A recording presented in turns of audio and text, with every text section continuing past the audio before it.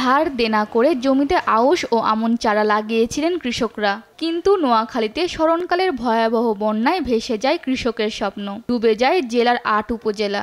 এতে পচে যায় ফসলি জমি ও সবজি। জেলার ৩৮,৪৫৬ হেক্টর ফসল মাঠ ক্ষতিগ্রস্ত হয়েছে, বীজতলা নষ্ট হয়েছে ৪,৫০০ হেক্টর। এর মধ্যে ৩৪,০০০ হেক্টর জমির আউশ ও রোপা আমন নষ্ট হয়। এতে দিশেহারা হয়ে পড়েছেন কৃষকরা। আমার জমিন ৫ একর বীজ জমিন ছিল, এই জলস্য বন্যা আমার খপ নিয়ে গেছে। আমি এখন হতবাস্ত করেছি। আমি না, আমার মতো হাজার হাজার কৃষক ভেবে নষ্ট করেছে, হতভঙ্গ করেছে। এগুলো জ্বালা করছি, অধিকাংশ জ্বালাই নষ্ট গেছে। ৫ একর সম্পত্তির মধ্যে আমি ১ একর সম্পত্তি আমি রোপণ করতে পারছি, আর এগুলা জ্বালার অভাবে এখন আমি অনেক ক্ষতিগ্রস্ত।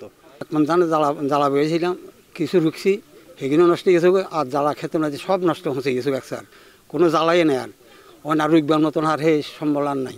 অনেক টাকা দিয়ে জ্বালা জায়গা জমি ট্রাক্টর খরচ বরচ দিয়ে জায়গা ছয় সে মানুষের জ্বালা রুখবো, এর মধ্যে কেন সুন্দর সব বন্যা বাসায় ফোঁসা লাইছে।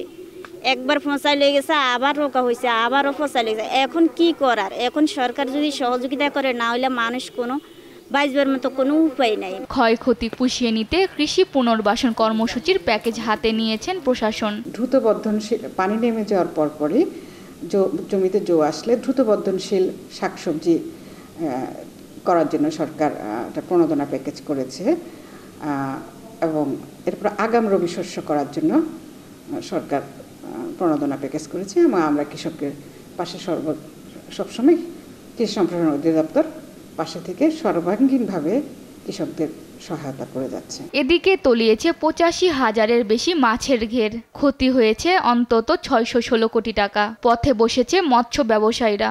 আমরা ধরেন ২ লক্ষ টাকা লিজ নিছি, নেওয়ার পরে ধরেন ১ লক্ষ টাকার উপরে আমরা মাছ ফলাইছি, খাদ্য মিলে প্রায় আরো ১.৫ লক্ষ টাকা খরচ হয়েছে। এখন সব ডুবি, আমাদের অবস্থা একেবারে করুণ অবস্থা, খারাপ। এই বছর আমি মাছ চাষ করেছি প্রায় ৪০-৪২ লক্ষ টাকা ইনভেস্ট করে, কিন্তু আমার ৮ একর জায়গাতে প্রায় ৯টা ঘের, এই ঘেরগুলো সমস্ত বন্যায় প্লাবিত হয়ে গেছে। এখন আমরা সরকারিভাবে কোনো সহযোগিতা আদৌ পর্যন্ত পাইনি, এবং আমরা চাই সরকার যেন, বাংলাদেশ সরকার যেন আমাদেরকে সহযোগিতা করে, আমরা যেন এই কঠিন মোকাবেলা থেকে উত্তরণ হতে পারি। ক্ষতিগ্রস্ত মৎস্য চাষিদের তালিকা করে বরাদ্দের জন্য পাঠানো হয়েছে প্রস্তাবনা। ইতিমধ্যে আমরা ক্ষতিগ্রস্ত মৎস্য চাষিদের তালিকা সম্পন্ন করেছি। সংশ্লিষ্ট বিভিন্ন পর্যায়ের মৎস্য চাষিদের সাথে পরামর্শক্রমে একটা সুনির্দিষ্ট প্রস্তাবনা ঊর্ধ্বতন কর্তৃপক্ষের নিকট প্রেরণ করা হয়েছে। পর্যাপ্ত সহযোগিতা না পেলে এই অঞ্চলের কৃষকদের ঘুরে দাঁড়ানো এখন বড় চ্যালেঞ্জ। নিউজ ডেস্ক, দেশ টিভি।